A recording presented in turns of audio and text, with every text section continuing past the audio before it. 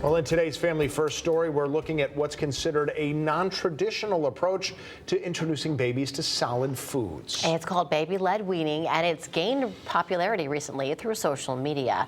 It goes against traditional spoon feeding, but experts say it's a return to basics and it discourages picky eating. Fox 61's Sarah Sanchez speaks with a registered dietitian who specializes in infant feeding and has created a strategic roadmap for parents who want to take full advantage of this approach.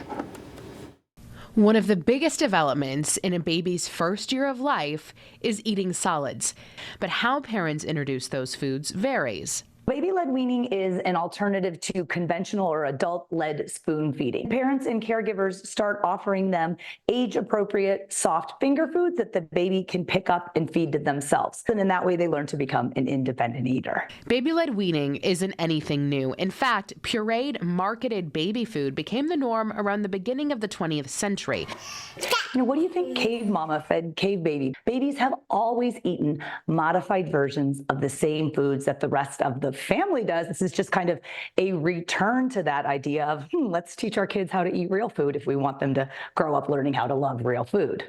Katie Ferraro is a registered dietitian and a mom of 7 who specializes in infant feeding. Babies do not need teeth to start solid foods. Her 100 First Foods program has attracted thousands of parents. So for early eaters, we don't do hard or crunchy or raw or crispy foods. So we need to make the food softer.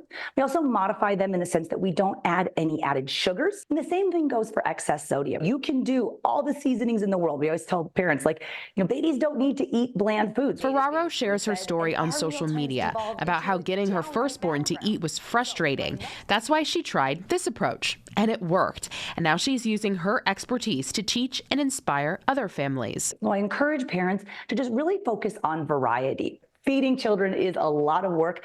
You've got to feed the small person for at least the next 17 and a half years of their life.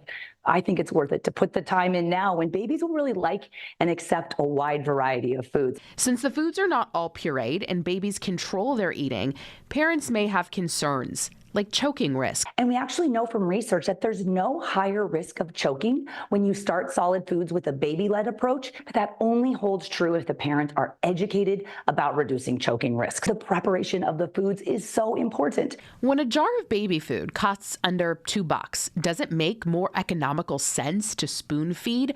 Ferraro says not necessarily. Offering your baby these real foods that the rest of the family is eating, it's actually a more affordable approach because it eliminates the need for you to buy the packaged and processed baby foods.